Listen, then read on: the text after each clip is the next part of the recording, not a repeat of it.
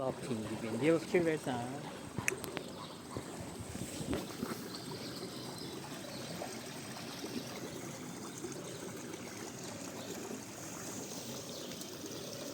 Necə yaxından uçur ha, bu nə var?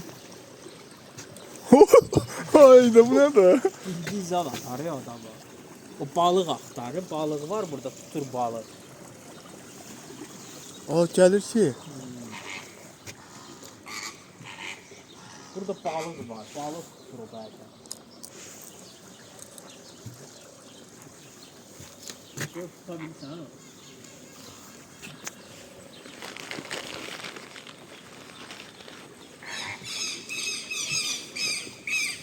Abi.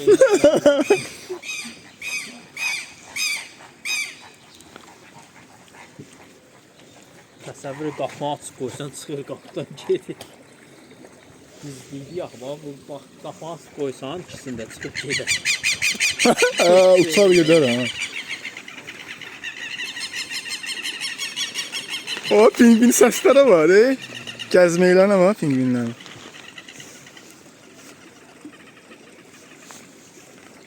Çox balacadır. Balaca növlərindən də ona görə. Arktika növüdür. Ola mənim üstümə gəlmə. Neyinir ha bu?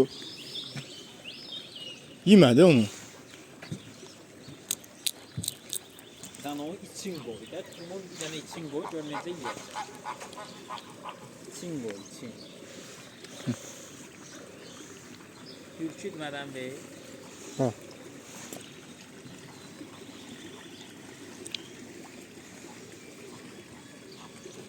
Bu qorxmur adamdan.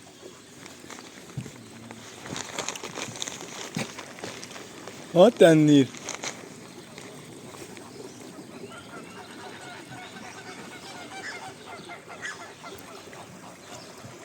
Bu zor değil mi o? Adam üstünde. Bunlar da şeydiler, Forsuzdular, çok. Özün görsədir bu 100%, sana diyeyim.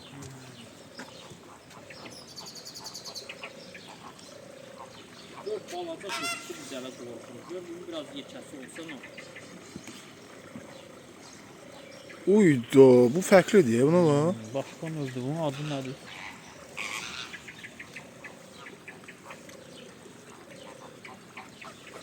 Heç belə bu qədər yaxın olmamışdım.